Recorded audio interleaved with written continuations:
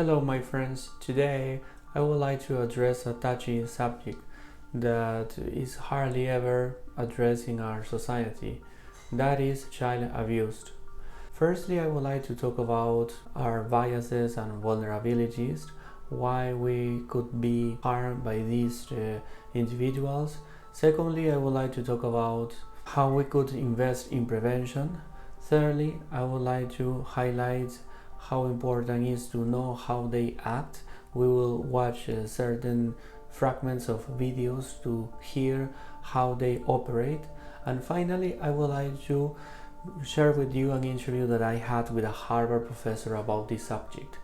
And I'm considering as well to add a part in which I will confess and I will share why I have a special interest in this topic.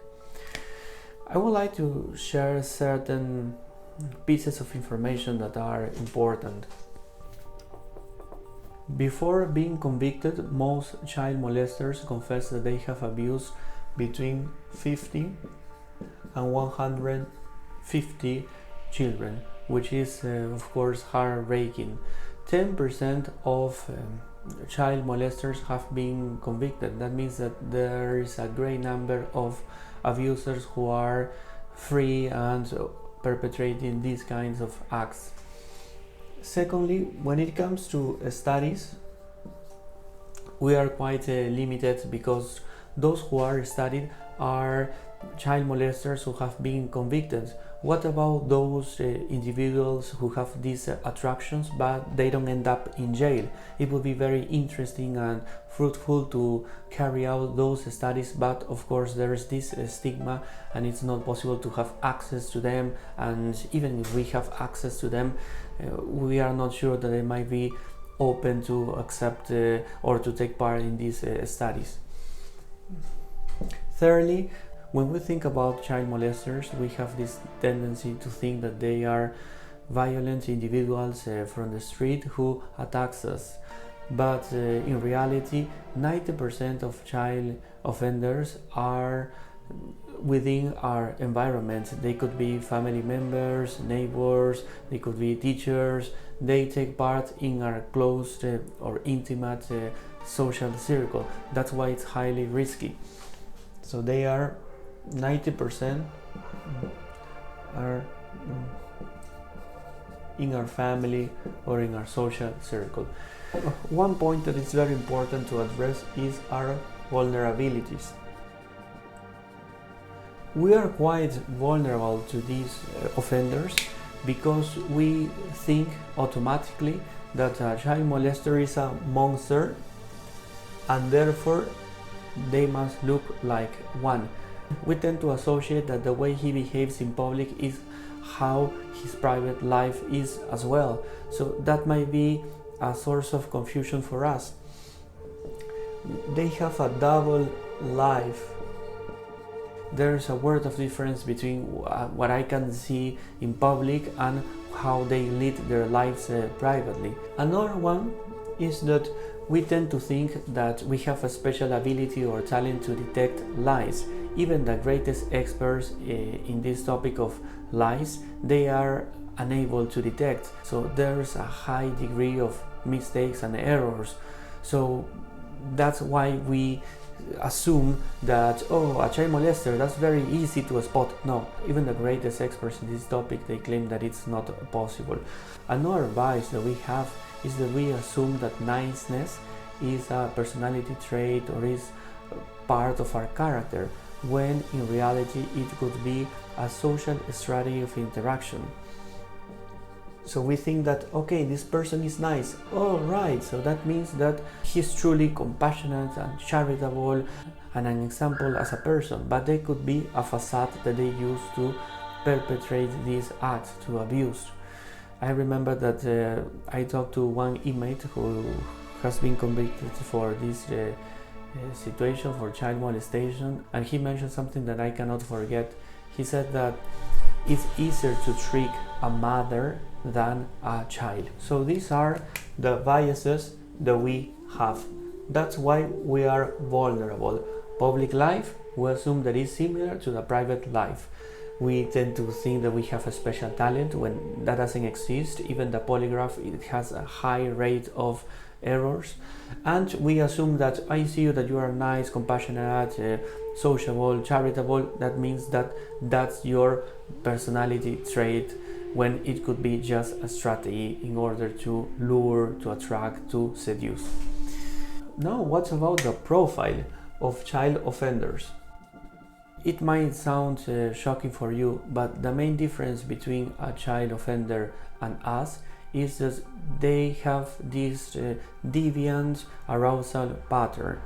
In other ways, they are like us. They could be married, they could be quite successful at work, academically, they could have children, they could have attraction towards someone of the opposite or of the same sex. They are like us, but they have this deviant arousal pattern. Many studies show that they are also compulsive. They are compulsive. They cannot control themselves when they experience this attraction, this arousal. And the question is why? That's the question that people often ask me. Why do they do that, considering what they are causing, that they might spoil, they can damage, they can affect a child forever in some cases? Most people used to think there were several theories, psychoanalytic theories, in which pedophilia was supported, and it was amazing. The blame was on the victim or on parents, and those who had these attractions washed their hands. They were not responsible. One hypothesis was that it was because of stress. Who cannot say that nowadays it's quite common to experience stress for several reasons? But why do you use as a coping mechanism abusing a child? Our explanation was that because of alcohol they behave like that. I understand that when you consume alcohol you are more extroverted and outgoing, but does it create a sexual attraction that doesn't exist? Our explanation was that perhaps these individuals had social issues. They didn't know how to socialize with men of their own age, and I understand they want to be close to children, but why abuse them? Okay, and perhaps one of the greatest explanations why they inflict pain on children is that they were victims. That's one of the most common hypotheses or explanations that you hear, and there are experts that question this widespread idea. In a couple of studies, child abusers were asked to claim why they had abused, and 60% of them claimed that they were victims in their childhood. But the experts threatened somehow the child abusers by telling them, please, if you are lying, you're going to have a worse sentence, and keep in mind that you're going to go through the polygraph. So if we detect that you are lying, it will be way worse for you. And you know what it happened? Almost 50% of child molesters changed their mind. They said that they were coming up with this. They were lying. And why do child molesters lie about this? One is because if they present themselves as victims, they might produce compassion, empathy, and at the same time they might receive a lesser sentence. So it's very beneficial for them. That's why they often propose this explanation in order to explain their deviant behavior. But studies show that that's not true. And what if we talk about the victims?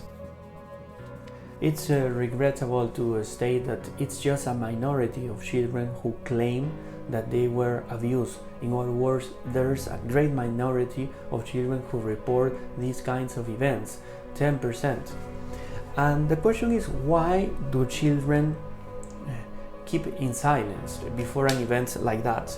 We don't know pretty sure why, but one reason is that they cannot make sense of this experience. Because in principle they say, okay, this person who is very close to my father or my mother or to my family and who has a good reputation, how is it possible that they might inflict harm on me? So they find it nonsense. Another reason is that they experience guilt and shame, because it's possible that those children who were abused, they experience arousal. It's natural if they are touching intimate parts of your body. And the point is that they don't know how to process this, and they feel shame, they feel lonely, they don't have the courage to confess. How could I say that? Because it's something that you cannot comprehend. And what are the effects of child abuse? There is a statement that I find it very reasonable. Being a victim of child abuse is like being bitten by a rattlesnake. Certain individuals can fully recover, others not, but it's out of the question that it's truly detrimental to you, and it could leave great marks on your mind. There is a point that I wouldn't like to overlook. According to the academic literature, why do pedophiles perpetrate these acts? It's important to distinguish between a pedophile, it's someone who has the attraction, and a child molester or offender. The big difference is that the second one is a crime. The first one might be a person who has this attraction, this interest, but never put it into practice, and they should turn to a therapist or they should turn to professional help. And according to the academic literature, those people are born this way, in the same way that when you are born you have a specific attraction. That's the perspective that several studies in images of the brain have demonstrated. Those people, many of them have this attraction. Of course, that in addition to child molesters who have this inborn attraction, there are other abusers who do it for different reasons. They could be psychopaths, it could be out of rage, they could have a particular social problem with adults, and that's why they take on children. There are other reasons, so it's important not to associate immediately pedophile, child molester, or assume that everyone who commits this is because of this innate attraction. There could be other reasons. And when it comes to the treatment, regrettably in our society we tend to think that we are wasting time. As I said earlier, there are a few centers where these individuals could be treated, and you don't find much literature even in your country. So what could we do? You need to do some research about it. Fortunately, there are great videos, lectures, and books. There are cognitive behavioral treatment. And there has been a success in more than 50% of the patients in the short term. We can also turn to chemical medication. In my experience, I've been treating child offenders in prison, and for me, I cannot close the doors to those people who recognize this attraction and they want to improve. Certain experts claim that it's something that you're going to have your entire life, so you must be very careful, very conscious that there are certain areas that are not beneficial or convenient for you. So someone who wants to get better, there must be options, and regrettably in prison they don't have any sort of treatment considering the deplorable conditions. And it's for me very shocking that they are quite likely to be free and they might recommit or operate in the same way or worse than before, because during their time in prison they have been fantasizing about what to do or what mistakes they made, so that's why they were caught. So this is a very serious topic. I know that there's resistance in our society to address it. If I talk to a mother, she's quite likely to tell me, Francisco, first of all, I know everything that we need to know about this topic, and I have this special ability to detect them, which, as we said at the beginning, it's truly false. And secondly, they tell me, why don't we address a happier topic? In our society, this is a priority. There are quite a lot who are there operating and nobody knows about that. And think for a while about this. What if this person who is a child offender, that you find it in all social areas, in all classes, in all fields, has a good reputation? Do you think that it might be believable, conceivable, if you claim that you were abused by this person? No, you will be attacked, you will be harassed, nobody will believe you. And so that's why we need to invest in prevention, and that's one of the topics that I will address. And what is at stake here is the integrity of the most vulnerable people in our society, and this doesn't have to be something that is just for psychologists or psychiatrists or experts. Everyone needs to know about this, because it shatters my heart when I hear the child molesters who tell me that it's easier to trick a mother than a child, because those mothers, especially if they are single, are more vulnerable because they want to find a paternal figure to their children, and they could end up being victims of this type of abuse whose consequences might be quite serious. I hope that you have, well, I don't know if the word is enjoy, but I hope that you have get informed, and I beg you that you can learn more so that you can inform, you can diffuse this information that is important.